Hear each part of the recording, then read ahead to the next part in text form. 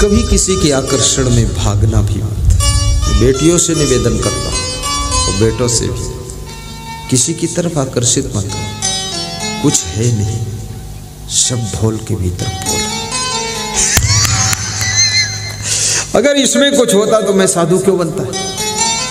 क्यों बनता? बोलो ना। इतना बुद्धू तो था नहीं मैं तो मुख्यमंत्री होता, राजनीति में उतरता फिर।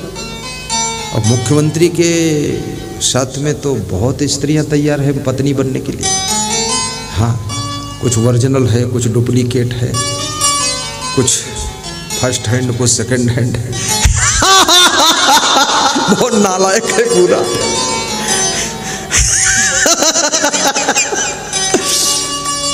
क्या है? कोई सुख नहीं है भोगों में, कहीं सुख नहीं है। कितना ही विषय भोग कर लो, इंद्रियां घिस जाएंगी, शरीर बर्बाद हो जाएगा, भयंकर रोग पैदा हो जाएंगे, कभी सुख शांति मिलेगा? कहां सुख रखा है? पंच विषय दुख देत नित, मिले अन्न मिले सब भांति, बिना प्रयोजन कष्ट यह तलफी रहा दिन रात। पंच विषय दुख देत नित, ये 5 विषय हैं, शब्द स्पर्श रूप रस और गंध। और इनकी 5 इंद्रियां हैं, नेत्र इंद्री, कर्ण इंद्री, घ्राण इंद्री, जीवा इंद्री और स्पर्श इंद्री। और 5 इंद्रियों के माध्यम से 5 विषयों को भोगा जाता है। इंद्रियां फेल हो जाती है, आंख देखना बंद कर देती है, लेकिन कभी आंख तृप्त नहीं होती। कान सुनना बंद कर देते हैं, मन की इच्छा सुनने की फिर भी रहती है, कान तृप्त नहीं होते।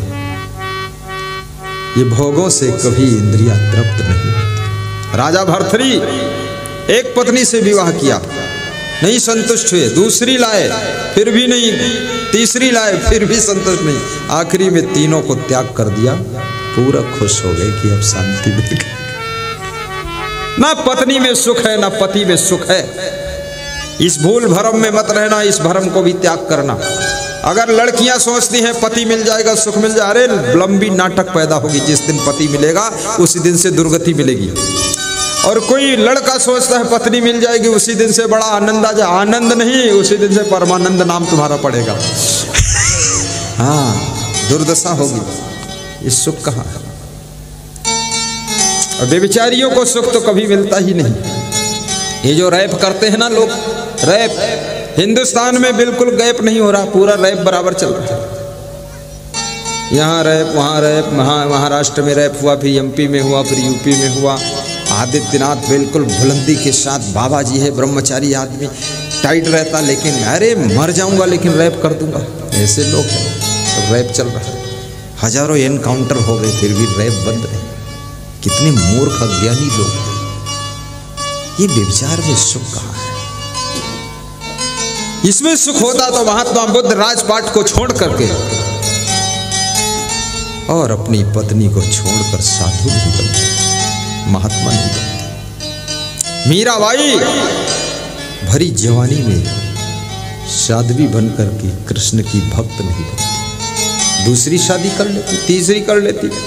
रानियों को कहीं राजा की कमी, जितने राजा वो सब बाजा बजा रहे हैं कि मैं आऊं, मैं आऊं, मैं आऊं, मैं आऊं, मैं आऊं, मैं आऊं, मैं आऊं। मीरा ने का कोई नहीं, अब मेरे तो गिरधर नागर दूसरों ना कोई। ये मैं इसलिए सुना रहा हूं ताकि आपका आकर्षण खत्म हो और ये व्यभिचार समाप्त हो। सदाचार और सद्गुण और आपके अंदर नियम संयम उत्पन्न हो, तब आपको सुख का सागर मिलेगा। बहुत शांति पाओगे, हर समय हंसते रहोगे, खुश रहोगे, फिर कोई दुख ही नहीं, कुछ लफड़ा पछड़ा है ही नहीं। तेरे ही अंत से तल में। लेकिन लेकिन लेकिन हर व्यक्ति बिना शादी के नहीं रह सकता, ये भी बता देता। ये मन इंद्रियों को बस में करना कोई आसान बात भी नहीं, ये भी बता देता। अरे मर जाएंगे लोग लेकिन नहीं कर पाएंगे। तो अगर आप नहीं बस में कर सकते हैं, सामाजिक नियम और मर्यादा के अनुसार धूमधाम से विवाह करिए। और जैसे नाम है शादी, तो शादी ही होना चाहिए। शादी में इतना पैसा बर्बादी नहीं होना चाहिए। कितना पैसा लोग शादी में बर्बाद कर देते हैं। अहंकार दिखाते हैं शादी में किया है। उनसे ज्यादा हमारे बेटे की शादी में सजावट थी, जमावट थी, दिखावट थी, बनावट थी, सब दिखाते हैं लोग। कर्जा लद गया 3 लाख, खाने पीने वाले खा पी के उड़ा के चले गए। अब बाप बेटे दोनों बैठ के हिसाब कर रहे हैं कि 3 लाख कर्जा लदा है। बेटा कहता मजदूरी करूंगा और क्या है, तो बाप कहता मैं भी करूंगा और क्या है। तो बोलते जो नई पत्नी आई, बोले इसको भी ले जाओ मजदूरी में और क्या है। बस हो गई शादी। यही फालतू खर्चे। शादी में बस 100 मेहमान बुला लो, बकवास करो मत। ज्यादा वहां भीड़ मचाने की जरूरत नहीं। और शादी में सादा भोजन। ज्यादातर जब विवाह कार्यक्रम होते हैं तब सबके पेट खराब जाते हैं, तबीयत खराब जाती है, डाइजेशन बिगड़ जाता है। दाल चावल सब्जी रोटी से अच्छा भोजन कोई है ही नहीं जो तबीयत को अच्छा रखता है। सबसे टॉप का भोजन है। आपके देश के प्रधानमंत्री कौन है इस समय, जानते हो कौन है? मैं नहीं जानता, चाहे जो कोई हो। मनमोहन सिंह, वो पहले थे, अब नहीं। नरेंद्र मोदी अब है, अब नहीं रहे, कब रहेंगे?